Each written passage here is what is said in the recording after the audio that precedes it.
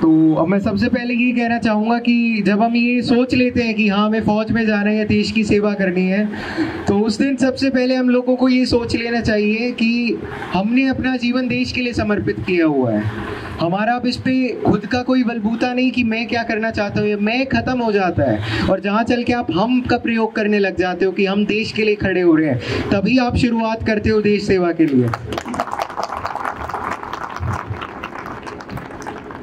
अब यहाँ सबसे पहले आर्म्ड फोर्सेस की अगर मैं बात करना चाहूँ तो मैं कहना चाहूँगा कि आर्म्ड फोर्सेस में सबसे ज़्यादा ज़रूरी कोई चीज़ होती है तो वो आपका डिसिप्लिन होता है, आपका अनुशासन।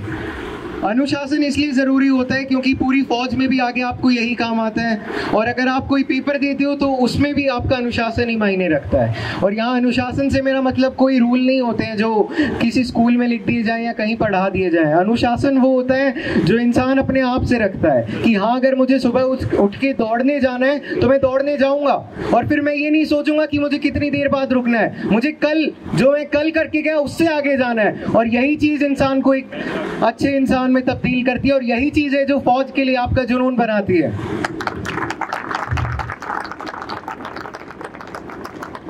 अगर आप पढ़ाई अच्छे से कर रहे हैं, अपने आप से अनुशासन, अपने आप से ईमानदारी रखते हैं तो रिटर्न कोई मुश्किल खेल नहीं होता है, रिटर्न हो जाता है।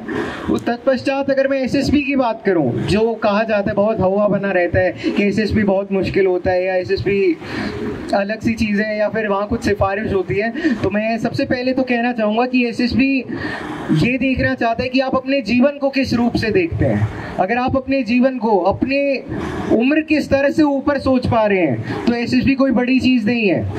आपको सबसे पहले तो ईमानदारी रखनी है और दूसरी चीज़ एसएसबी में जो सबसे ज़्यादा मायने रखता है कि आप अपने आप बन के रहो।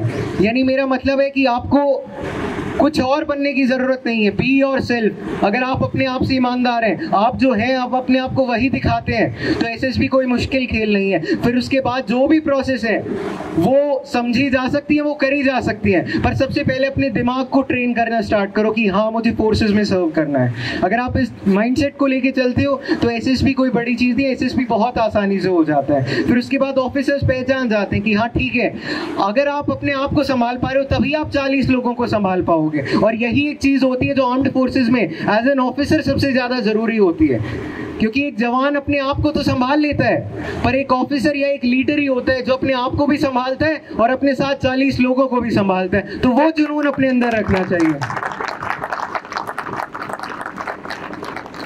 तो अंत में मैं बस यही कहना चाहूँगा कि मंजिल तो हम सब ने निश्चित कर ली कि ठीक है हमें देश की सेवा करनी है। उसके अलग अलग रूप होते हैं, कोई सिविल सर्विसेज के थ्रू करता है, कोई आर्म्ड फोर्सेस के थ्रू करता है। एक बार अपने जीवन में अपनी मंजिल को निर्धारित कर लीजिए। अगर आपने अपनी मंजिल निर्धारित कर ली है तो बस उसके लिए अपना सफ़र बनाते चलिए। और मैं अंत में यही कहूँगा कि मंजिल मिले या ना मिले, सफ़र इतना सुहाना होना चाहिए कि ज़िंदगी इतनी खुशनसीब हो जाए। बहुत बहुत धन्यवाद।